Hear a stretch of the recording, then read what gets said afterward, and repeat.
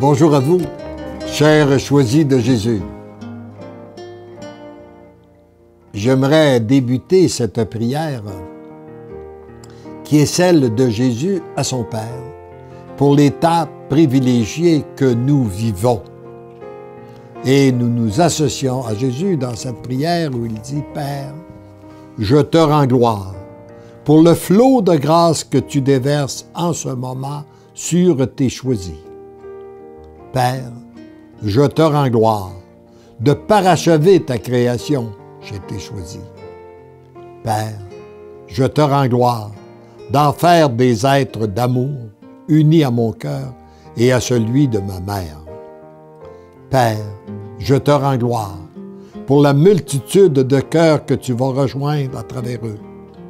Père, je te rends gloire pour cette Église nouvelle que tu reconstruis en ce moment. Et lorsque nous parlons d'une Église nouvelle, rappelons-nous qu'il ne s'agit pas d'une Église parallèle à la nôtre, mais il s'agit bien de notre Église telle que nous la connaissons présentement. Nous l'appelons nouvelle tout simplement parce que les cœurs sont renouvelés.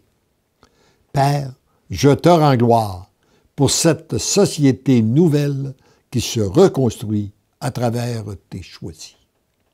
Père, je te rends gloire de faire éclater ta miséricorde, ton amour et ta toute puissance en eux, autour d'eux et à travers eux.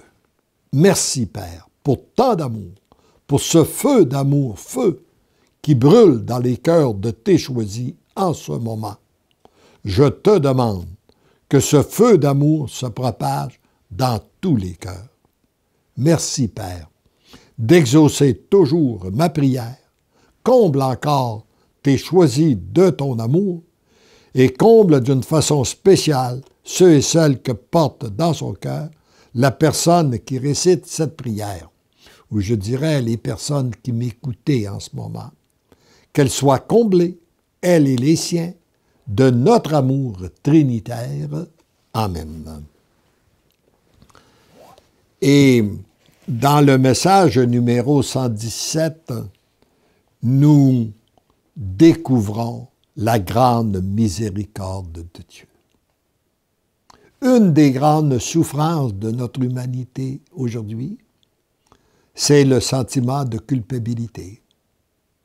Sans trop nous en rendre compte, nous nous sommes laissés égarer, nous avons péché et nous portons des culpabilités de nos erreurs, de nos manquements passés.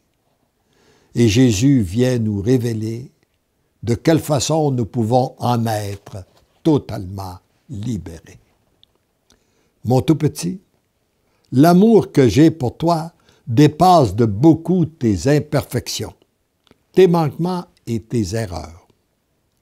Ne crains pas de venir te jeter dans mes bras, peu importe la condition dans laquelle tu es et peu importe l'erreur que tu viens de commettre. La miséricorde de mon Père est sans limite. Tourne ton regard vers les souffrances que j'ai supportées sur le chemin du calvaire, en expiation de vos fautes. Regarde l'attitude du Père de l'enfant prodigue. Regarde mon comportement devant la Samaritaine, la femme adultère, Zachée, Marie-Madeleine et combien d'autres. Présente tout à la miséricorde du Père par le sacrement de réconciliation.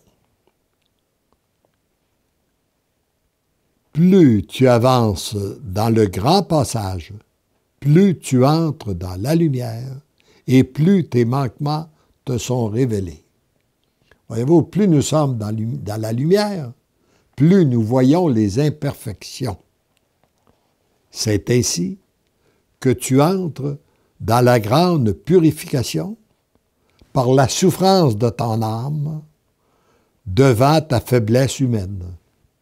Cette faiblesse te dévoile ta vulnérabilité, ta fragilité, ton impuissance et ta petitesse. Tu sais que je parcours toujours le chemin de la petitesse. À toi maintenant de profiter de tes faiblesses pour venir à ma rencontre et à accueillir ma miséricorde et mon amour. Je suis un Dieu plein de miséricorde et d'amour. Je ne vous enseigne pas que c'est par vos bonnes actions que vous allez devenir l'amour, mais bien parce que l'amour vous aime. Il y a toute une différence. C'est par cette différence que tu deviens l'amour, comme je t'aime. Et rappelons-nous que dans son plan d'amour, Jésus nous a enseigné, nous a donné un sacrement pour nous libérer de toutes nos fautes, et c'est celui de la réconciliation. Il s'agit, c'est sûr, que souvent nous n'aimons pas aller à ce sacrement, parce que nous aimons mieux raconter nos bons coups que nos erreurs, mais c'est le chemin.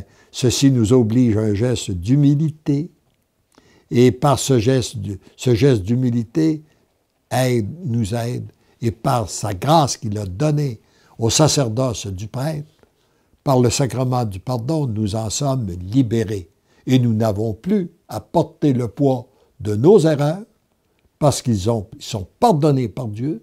Nous pouvons nous pardonner, et lorsque nous nous pardonnons, nous accueillons la miséricorde de Dieu, que nous nous pardonnons à nous-mêmes, nous pouvons aussi pardonner aux autres le mal qu'ils nous ont fait, et ainsi, nous pouvons devenir des êtres d'amour où son amour peut passer à travers nous pour rejoindre les autres.